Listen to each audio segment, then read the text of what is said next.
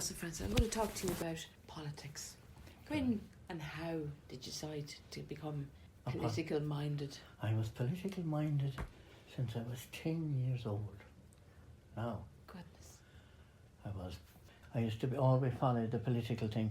With like the electricity came in 53. We got a radio, electric radio, about 54. And then when the elections would be on or anything like that, I'd all were gone to sleep, but I couldn't go to sleep, and I'd have to listen to all the people that was elected and how the votes fell and all that type of thing. But in 55, I told my dad, and like I was a black sheep of the family because his politics was quite the opposite. And I told him, I remember telling him, that I would one day win a seat for Fine Gael in the council. My goodness. And I did it, and I put them back to back. Sorry I didn't put the third one, but I done it. Why did you choose Fine Gael? Well, why I chose Fine Gael was when I started going to school, everybody had their own, but I, reading the history, I thought it was shocking what was done to Michael Collins. Michael Collins was sent over to London. De Valera didn't go, sent him over to London. They signed the deal in London, and when he came back then he got bought the Haggis Boher.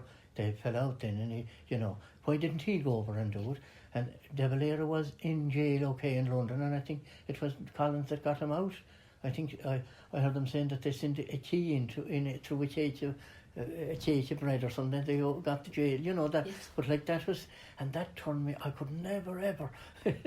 Couldn't let it go. No, That's fair enough. And that was, and then when the opportunity, I always felt then that I was going to do that. And I remember when I came from England, I was politically minded in England. I'll tell you the party I'd follow in England, and if I had stayed in it probably, I'd have ran for a council for Labour in England. Now, I did organise a march one time in England, and it was against a Labour woman, Barbara Castle. She took 2 pence an hour off our wages, and like that I felt strongly about it, and I organised a rally anyways down the London road out of Manchester City, and I was only 22 at the time. Wow. And holding these flags, and but it all figured out at nothing. But Barbara took two pence an hour off it. And did you get the 2 pence back? No, they didn't. We didn't get the 2 pence. That was because you see, England was in such a state at that time. Now, the other thing that I did do, I gave an hour of free labour in England for 6 months. And I thought of that and said it to people here when Ireland was in the doldrums, why if there was to try and get the country up and running again, and an hour's work of free labour. I was working in the city of York, from travelling from Huddersfield to York, which was 50 miles a day. And the point about it was, we used to have to leave, we'd say Huddersfield at 6 o'clock in the morning, and you'd get to York City at 7 o'clock. And to see, no, the job wouldn't start then, you'll be hanging around there. So what I used to do then is, I used to get the mixer going, and I used to have so many wheelbarrows of compo for the bricklayers, because I was labouring on 5 brickies, which was tough work. And I'd have all that compo, and it all ready then, and that was going ahead of us for the day. But I gave my hour to the Queen. I came home then, and I got involved in the Fine Gael Club, and I got to be chairperson of it, and I thought, well, why not? And I was on the road with, because I was chairman, as I say, the Parents' Council. I was chairman of the first Hill Farmers Association for the IFA. I was chair of that, and I was going to Dublin and meeting people and stuff like that. So that was politics too, So that's why I got into politics. That's what your foot in the door, really, isn't it? Yeah. And it was, I see pictures of myself there after the first campaign, and it was tough work too. Like, you're hitting the country and you was asking for the vote. Like, you have to have a thick neck too. You do. It's not the easiest, but it was exciting. But the point about it is, I think politics has to be inside in the blood or something like that, because you have to have a thick skin. You have to want to love it to do it. Yeah, and there's no point in going into it if you're not committed and have passion. Yeah. Yeah. And you could see a want for a councillor out here in our Yeah, area. definitely. Now, in all fairness, Martin J. O'Toole had been a councillor for 44 years. He had been a senator and he had been a TD. And young Peter Sweeney, probably, if he got into his seat, like. And I put my name on that convention in '99 when Peter was going. And what happened that time was we went into the convention. But you see, the rules was that you had to have so many people paid up members. And I know when we'd say we'd have our convention, it was supposed to be held in December. And then Michael Ring got sick or something and it was put back out to springtime. But when everybody, there was 15 paid up members of the party. But when everyone heard that I was going, then they were rushing to me with whatever it was, 10 shillings or 15 shillings. But the point about it was they were too late. Yes. They weren't allowed then. It wasn't going to go through. So I went to Westport and I contested the election and made my speech and everything like that, and I got my 15 number one votes. And I was out the door then because the other lads had, one fella had 40. Now whether they were right or wrong, he had 40 paid up members. You know, he was from Newport, and Johnny O'Malley had so many as well. So it was only Ring and whoever had the most paid up members that was allowed to contest the election. And that was in 1909. And then the job that was handed to me was to take the Newport fella out this area to canvass every door. And I done that with no sour grapes, because I walked out of the hotel that night and I said, 5 years old, but I'm going until I be back again. And I did take your man from Newport out this area and I canvassed. And, you know, I was getting embarrassed because every door we knocked on, they'd say, I thought it was you we were voting for. And he had he was a school teacher now, but he hadn't just the charisma. He had no answers for it. Was farming, it was all farming and stuff that way. Yeah, he didn't know his audience. He didn't. No. And like, well, he used to get roasted. And what I used to say to the man was, vote for such a one, it's a vote for me. You know, Yes. that's the only way I could put it across. But he lost the seat anyway. You see what happened then was Michael Ring got 2 quotas and only elected himself. Oh, wow. And like left the area. Newport then they hadn't a representative, and Louisburgh had a Fianna Fáil representative then, but Peter Sweeney had no opposition at all, and naturally enough everybody had to vote for him out there to keep it. But that's what happened in the '99, and then when it came to the 2004, I had made sure that there was so many paid up members, you had your homework done, and because the secretary that was in it before that, well, you couldn't trust the same person because she could go Fianna Fáil in the morning, you know, if she didn't get her way, that sort of way. But politics. Oh, it is. It's a dirty game. It's a blood sport. It is a blood sport. You got in the next round. I got in the next round then, and myself and Peter Sweeney contested, and Peter had 5 years done, and like he should have his groundwork done, but he hadn't. He just hadn't, and then when the first count came through, anyways, I was in 965 and he was in 960, and then they started to, you know, it's a dirty game. They started. Then some of my votes then was gone missing and this type of thing. And I know on the night then they had to put all the votes anyway back into a big box on the middle of the floor. It was now like a coffin, there was no question about it. And of course, in my sharp tongue anyways, I looked around when they had it all done and they had it sealed and taped and everything, and I said like that, where's the undertaker? So I had said, where is the undertaker? And we were all told to go home and to resume the count then the following evening again at 5 o'clock. But there was, funny enough, there was 5 votes that was the night before, you see, and they couldn't say yea or nay, or they couldn't give it to anybody. And at 5 o'clock in the evening anyway, they opened up the thing again and the count went on, and the next thing, my 5 votes had disappeared. Oh my God. I was down, it was level playing, and I know my daughter Olivia, she gave me the phone call and she says, well, whatever you had last night, go home, you have nothing tonight. Yeah, I went back in again anyways, and now in all fairness, she was brilliant, and it was her first time ever at a tally or anything like that, but she was good at it.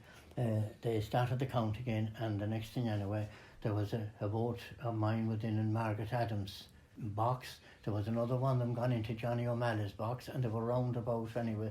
And we were going in, I had 4 got back anyways, and there was, when I went in for tea anyway, and one of the head fellas came in, he said, well, another one got you back 5 again.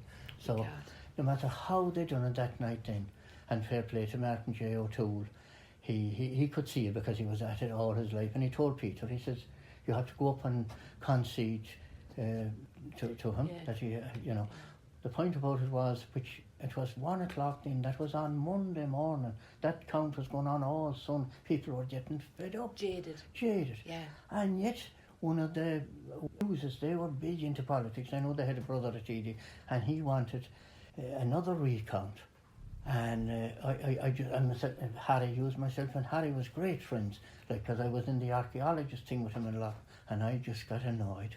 And I told him that, well, I says, I'm an old man here tonight, I says, like that, and I was jaded after a long canvass. I said, but if you do that, I says, it's one fair and square, but if you do that, I said, you're a businessman, but that will be thought about for the Hugheses, I says, in Westport, if they do that.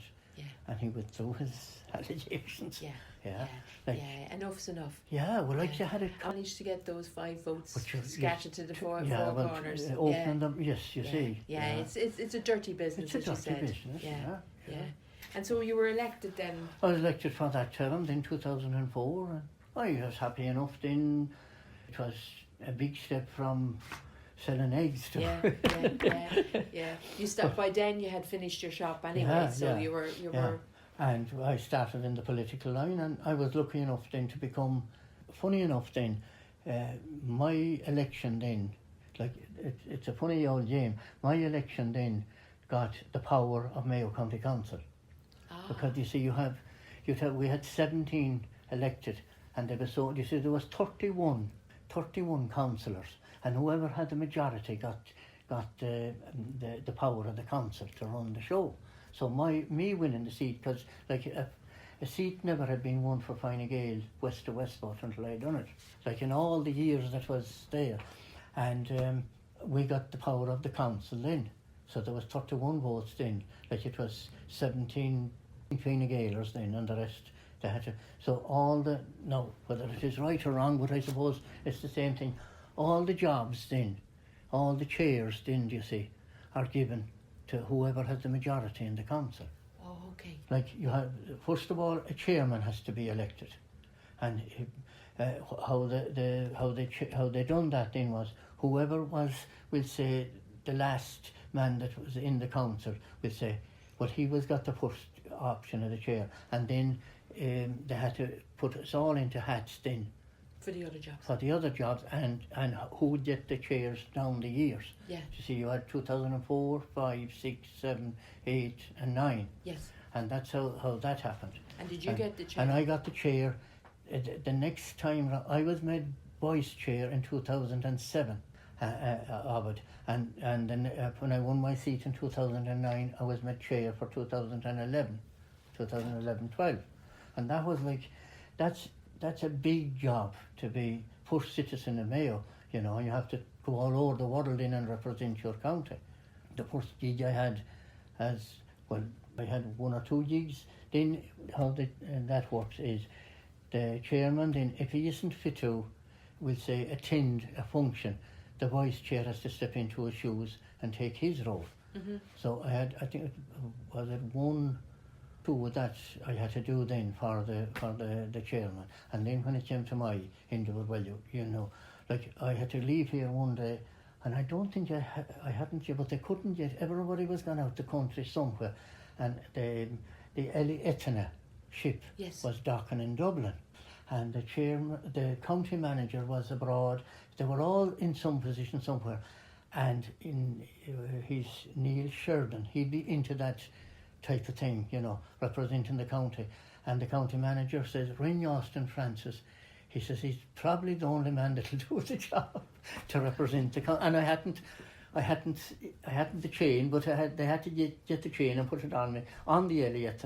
So your man rang me. He's from Claremorris, and he says, can you meet me at 6 o'clock tomorrow morning in Claremorris, and we'll head for Dublin and the Elliot, and you had to welcome the people and blah blah blah blah.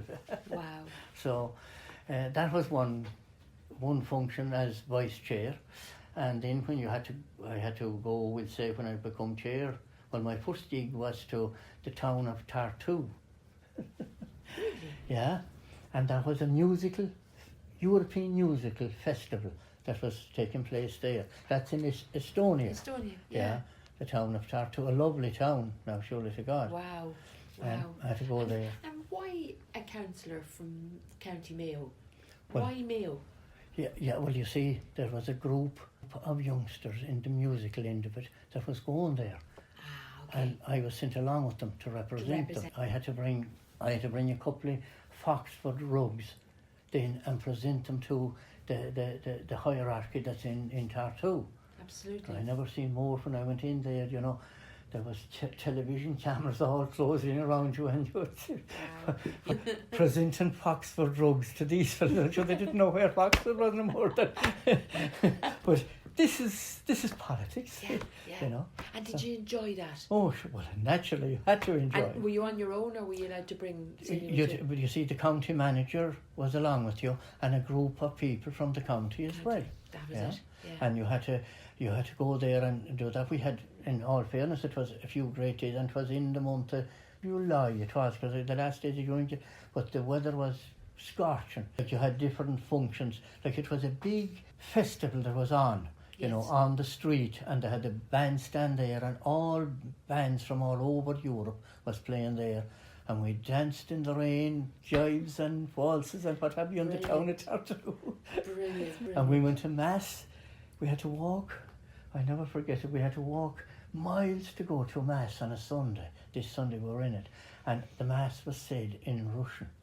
But fair play, the priest was at the door, and of course he knew we were Irish and things that way, and he welcomed us. And then he went up, and it was only a small church.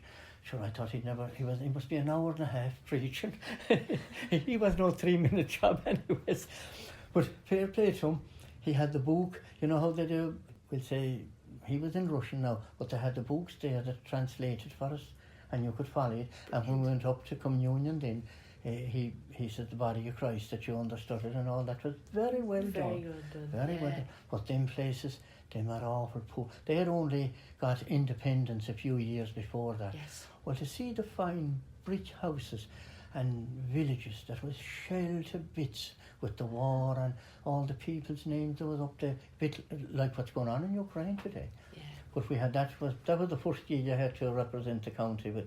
Then I had to go to Chicago, Boston, Philadelphia, New York, Washington, and I had to go. There was the Jackie Clark collection. Yes. Yeah. The memorabilia of that. There was Sinead McCool is the, I don't know what word she'd be, the Creator. Yes. Yeah. Me and her had to go to Chicago and Washington to launch that. Wow. Yeah. And you had to meet all these people and make your speech. I think I had to write the speech here before I left, and somewhere there, yeah. But like, I got into the World Vault where they hold all the maps in Washington. Right. That is an interesting place. Now you have to put on a white coat and gloves and you turn it to, oh no. I got in there and I was showed all the maps of the world that's there since they started mapping the world. Wow. And I know the first map that was laid down of Ireland, like you could see, your man was there, now he's American, but his grandfather or his great-grandfather was a Donegal man. That was the chap that was in charge of it. And I know one of the ladies that said, I'm 30 years here, she says to me, and I never got in, and you have come here and you got in. They wasn't allowed, you wasn't allowed in. But that's a very interesting place now. Oh, I bet. I know you could see, like, the map of Ireland. Now, there was nothing, that was way, way back. I seen Ronaya was the first thing that was on thing, and he said, do you know where that is? I says, I live there. Decided. And Caraniska, funny enough, Duff McCone doesn't seem to, but Caraniska, because I'd say it was because there was a school in it, or something like that anyway. Yeah. And he says, where, do you know where that is? I says, I went to school there in my feet. I says, Brilliant. It was amazing. So politics got you about. Oh, yeah. Well, like, these are jobs, like, it was the same thing. They had Mayo.ie when that was organised. I had to launch that then in New York and Boston and Philadelphia for them. and they were some trip. for a little butching from Duchmachone. But the last trip I had, the night before I handed over the chain, was in Lithuania. We were twinning Ballinrobe town with a town in Lithuania. And funny enough, we come down and went in on the aeroplane anyways, and we were told that we couldn't fly that night because there was something wrong. They wouldn't tell us, so we had to be taken out and we'll wait. We'll be fine at 12, but you know how but it was the brakes that had failed on the plane, and they had to wait for a fella to come from Ireland to fix the brakes. So sure, they were all frightened because the chain had to be handed over at the council meeting, you see. Wow. So we got into Dublin and down, but we made it anyways, and I handed over the chain. We were in Washington. I was at John Kennedy's grave at 1:45 on a Thursday, and I was raising the green flag at the school in Killeen at 1 o'clock on Friday the following day. That was some travelling. Wow. Gee. There's nothing glamorous about that though, St. Francis, you know what I mean? You're sort of, that's your destination, you have to be there, and then you have to be there. There's nothing sort of, it's no jolly, as they were saying. It's all go, and you have to have your P's and Q's about you because you have to go and speak. Like, you don't know when you're called on. Like, there's a Peace Park in Philadelphia, which is a lovely, lovely place. All the countries, I think, they have a little garden taken, and they have. You take, for instance, the famine now, and people that went out, and they have, they have statues of them around there and stuff like that. And I remember it was just after Enda Kinney getting to be made Taoiseach, and he was over because I was with him on a few occasions. But Enda says to me this morning, anyway, he says, "What have you on for the day?" He was getting old. He said, "This is kill a horse." He was, because he was fresh into that. Yes, and all the people was just hanging out to him, Enda was, funny enough, nobody liked him in this country and saying he wasn't a great he was loved. He was a statesman on the other side of the world. And what was it that made him so eloquent abroad? He was marvellous to go up to the podium, and he could bring the crowd. Really? Oh yes, it was amazing. But like again, he was an Island Lady man. That's what they, Yeah.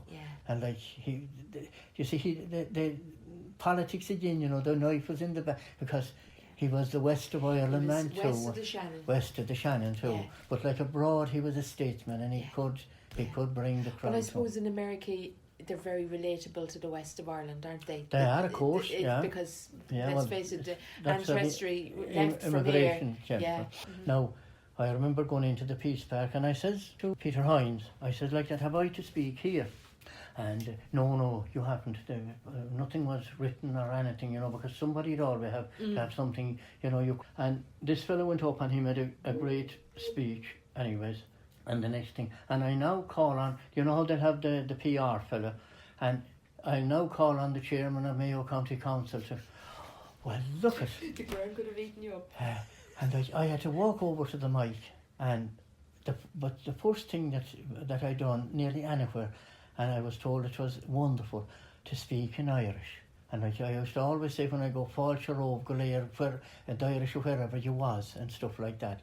And I rhymed that off anyways, and I started to speak. I had picked up on some of the lingo that the last one had spoke, and I enlarged on it, let's say, and stuff like that. And I made a famous speech. Oh, so they were all over around me then, and the bit of Irish was great. That was brilliant. These are little things Brilliant. But then that was in you from a young age, St. Francis. You were a public speaker. Yeah. I had never got any.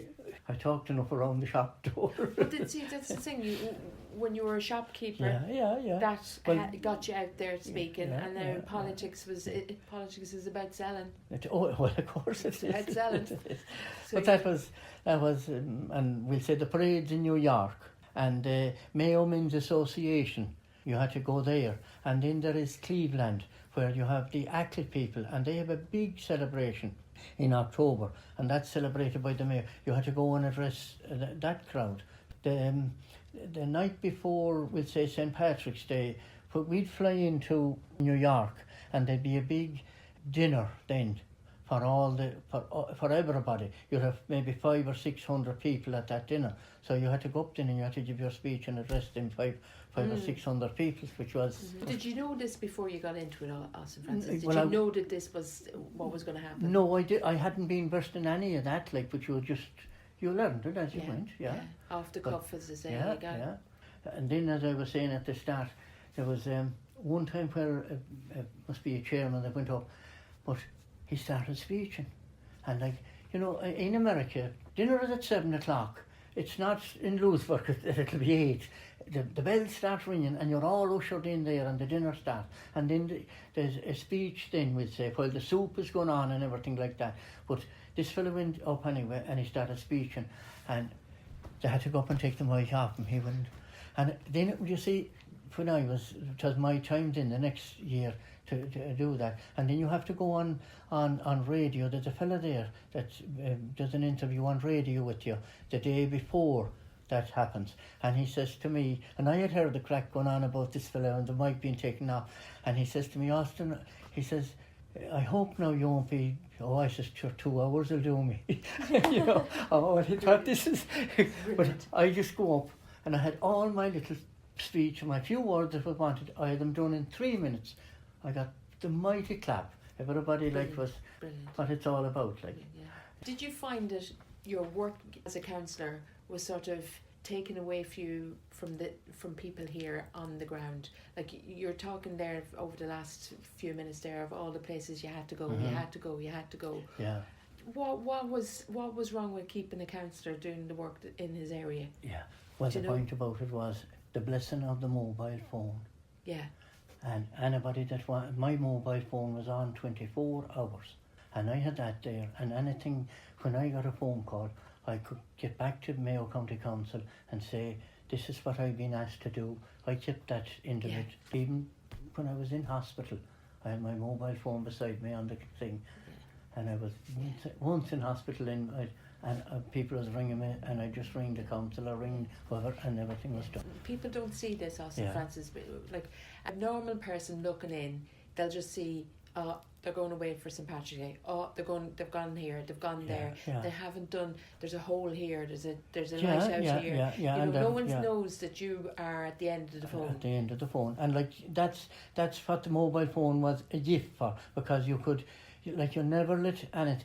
Now, in all fairness, like that's where some councillors let themselves down. I'm out of the country and you know the story and that was it. But no, anytime ever. Now I remember getting a phone call. I was just landed in New York and I got a phone call from a man that was very irate about because the planning permission for his house was, you know, he couldn't get planning permission, and I was sitting into my dinner at a table in New York, and I listened to him and everything. And from that conversation, I explained to him what he would do, because I had researched it before I had gone, and that man got his planning permission. From, you know, that's... You have to know what you're doing. Of course you have. And you need to know the ins and outs of the politics within the politics. Yeah. And you have to respect people that elects you. You have to respect people that's inside the desk that you have to go in and ask. You have to be, I used to always say, like you have to be fair but firm. Yes. You know, but there's people that will go in there and say, well, you know the words, done such a one and done this and done that and what have you, you know, and come away thinking that they had a good job done. Well, if somebody comes and hits you with anything like that, they're not entitled to be listened to. That's how I ran my show. And what do you think went awry on the next round? Well, the awry on the next round was the man that was put up in the area that didn't get, because like usually it's 1-2. I got 1,000 or more first preference in the third time I attempted it, but the other man only got a couple of hundred. And like we say, when you take for instance in 2009, when 2004 the way the political scene was, I got 965, that man got 960. When his vote was distributed in, it was a 1-2. There was 400 votes of his coming back to me, which brought me over the line at 1,300. And then the next one brought me to, I was getting up on 1,800 votes. But you see, what happened here in this area was 250 was no good. And then when you didn't make the quota, you know, like, or even if some people will get elected without making the quota if you're the last, because they'll have to give it to the seat that's the nearest to the quota. Yes. But then that's how it happens. And the Westport people, then they elected 4 in Westport. And the other side of the coin then was they gave their number 1 to a man below in, what will I call it, Mulranny or down that area. You know, thinking.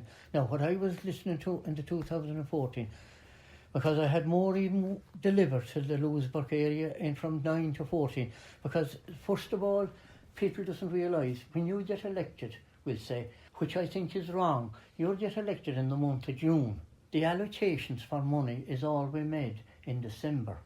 So you're sitting there from June until about the following February. You have to wait for the allocation of your money to come in December, and you're there like you're doing nothing. You're doing nothing. Like, what should be, if it was right, when you're elected, there should be an allocation of money there immediately. But you're waiting there for 6 months. And why does that happen? Well, that's the way you see the budgets. You see, the budget is read always in December. Yeah. You see, that's the way it is. Doesn't make sense. Doesn't make sense, but what does make sense? Yeah, true.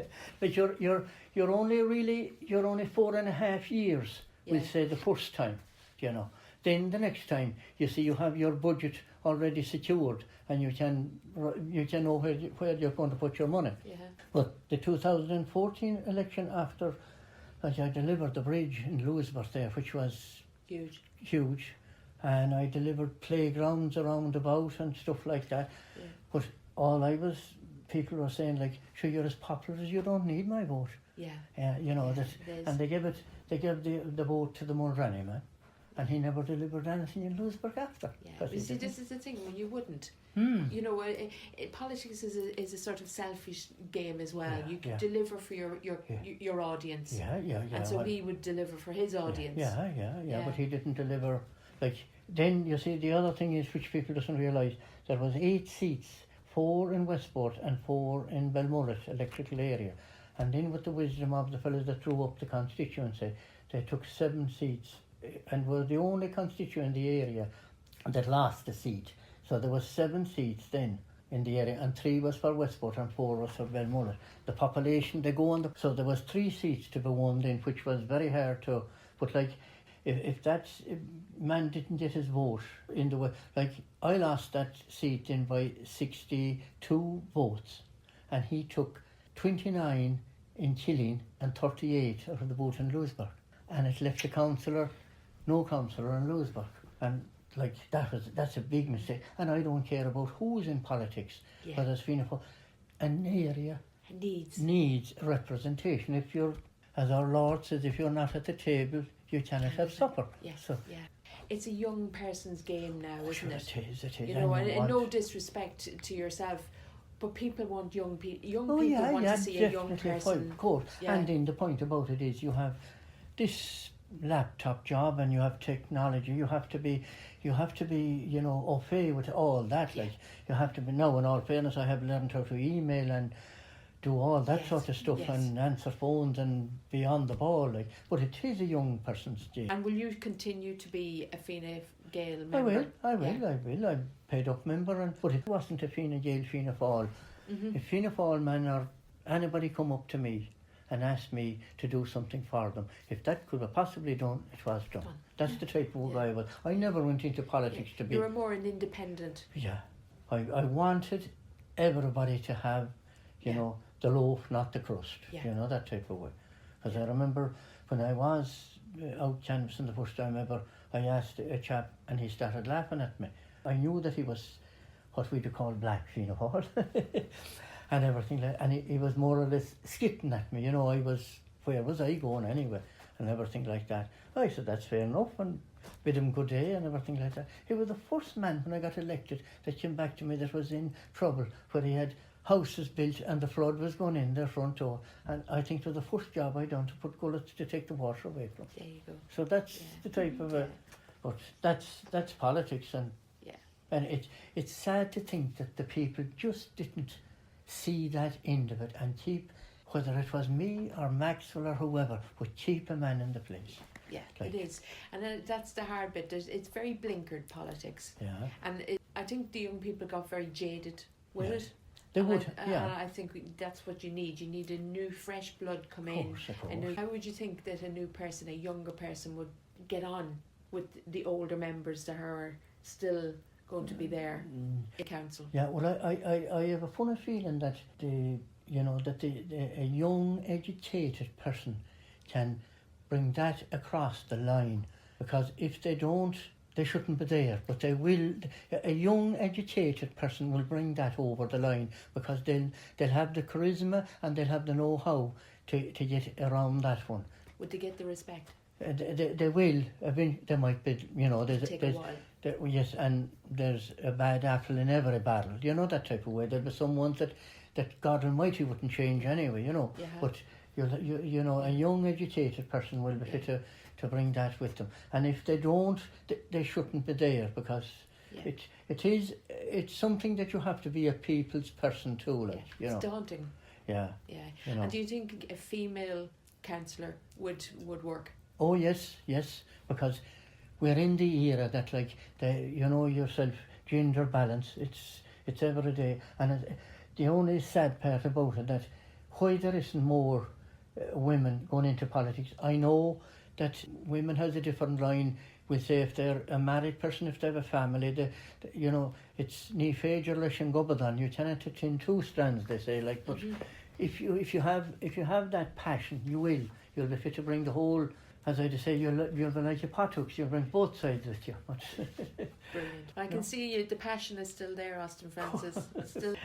Oh yeah. Well, I love the political end of it. I love helping people. Like, I have to say, I am the councillor. I'm getting phone calls every day too, and I can ring anybody in the council, and I can ask them the question, and they'll try and get something done for you. And of course, then I'm involved with the PPN. And I'm still involved with LCDC, like, and doing the SPC's meetings and everything like that. So the only thing that the PPN, I said it at our last meeting, we are representing this political area, but nobody's coming with anything. I said it, there's nobody coming with something and saying, we want this done or we want that done. I was saying, am I to go out there, like the Killeen Community Council or the Louisburgh Development Company, which I'm still chair of, but the main sheds, like, I'm there sitting on it on the SPC in the social inclusion end of it, and like I say, no one is coming with anything. I think there's only one person that has rang me over the last couple of years, and it was from nearly North Mayo. How do I get such a thing done with water schemes or stuff like that? The other thing that we'll say, there is a well-being statement now.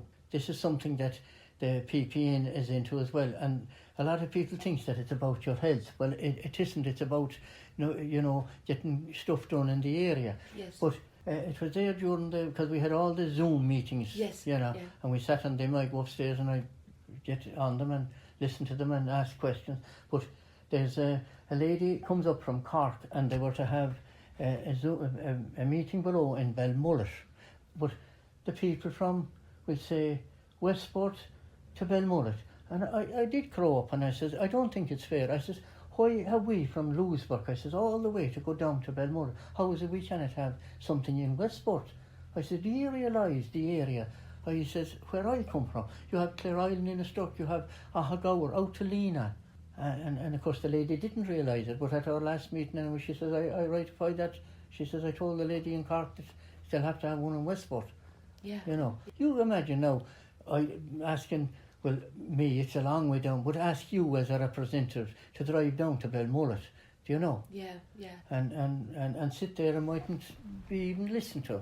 But these are things that there should be more council meetings too. We had one in Louisburgh there, brought them out, and we had, you had to have a programme ready for them and everything. But I feel that council meetings should be brought out to the local areas a lot more than having them all in the one place. Do you get much done in a council meeting, Austin Francis? You read up reports in the main news that this such and such, and you're just thinking, hang on a minute, they said that 3 months ago. Yeah. You see, that's where if you aren't good at going in, council meetings is all a big long agenda.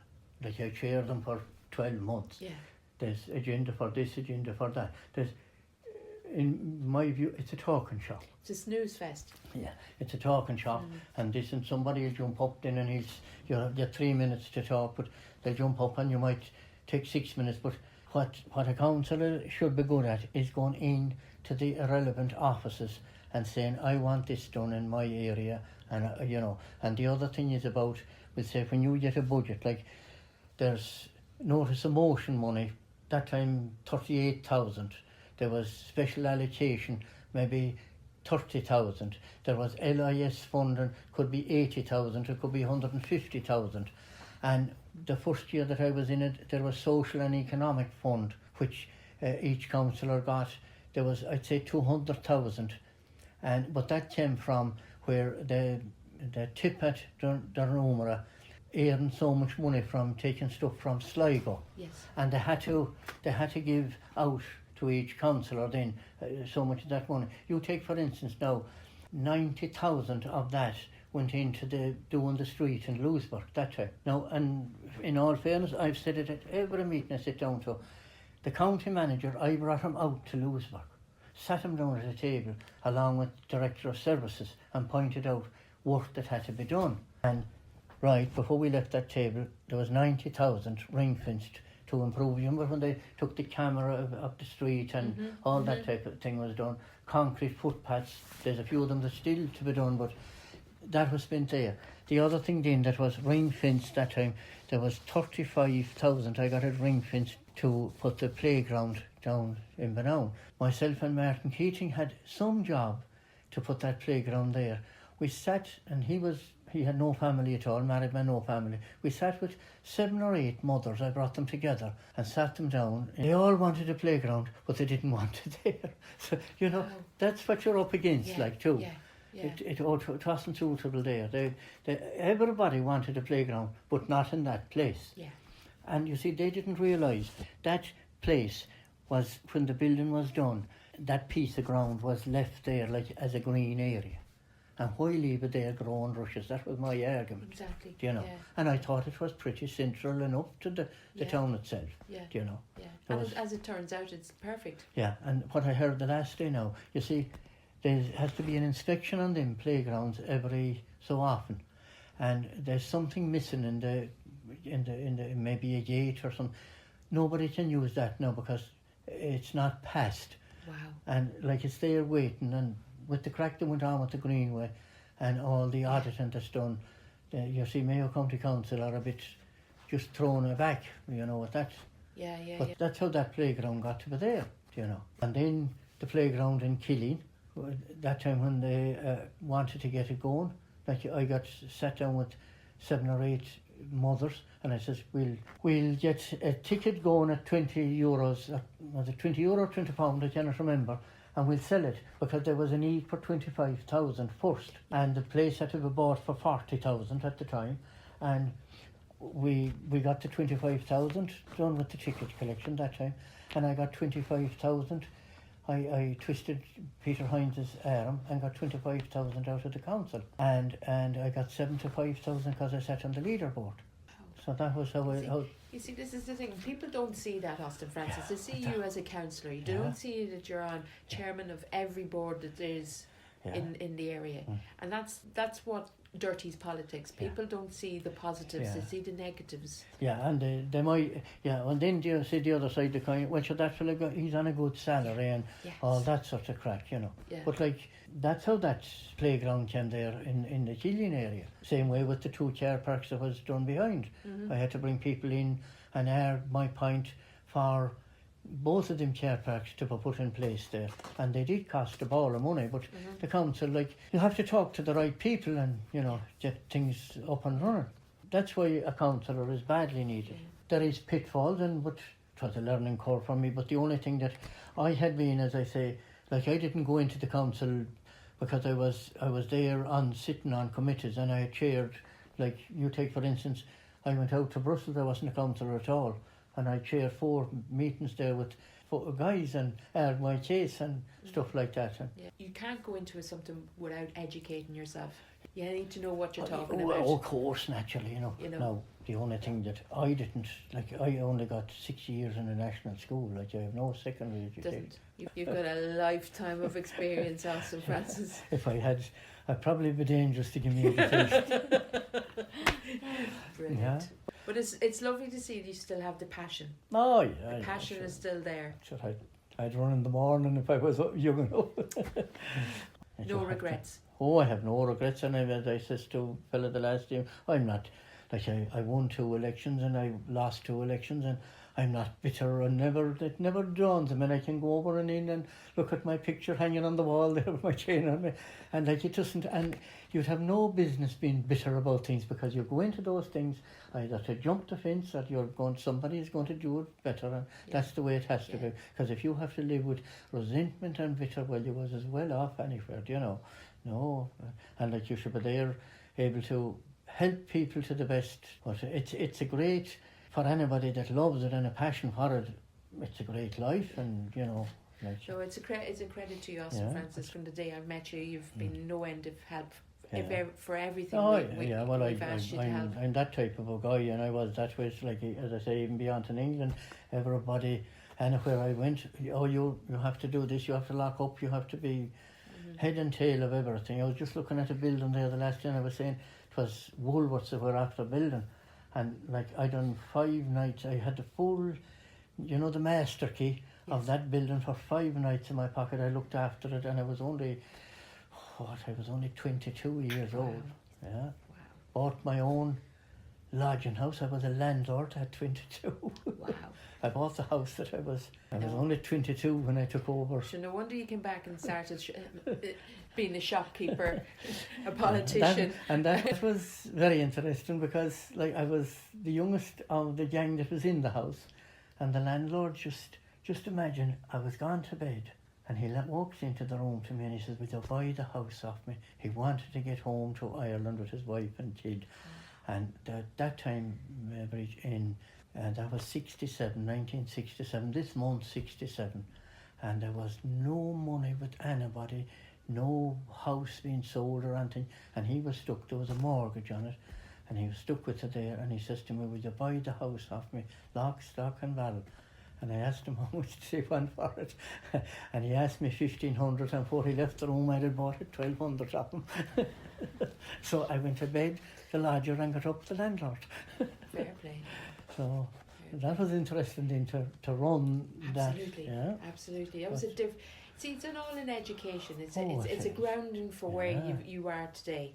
When you had to take over a mortgage, then that's huge. Oh, but you're like money. You can imagine buying a house for £1,200.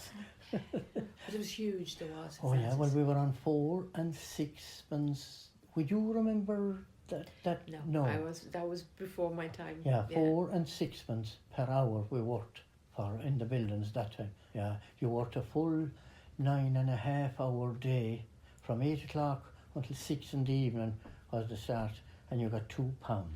£2 now, and you would have 30 shillings of that for just to sleep in that house. You bought all your grub, but that was the first week's wage was I got into. It was heaven. You can imagine you'd be around here, you could get nothing in them years.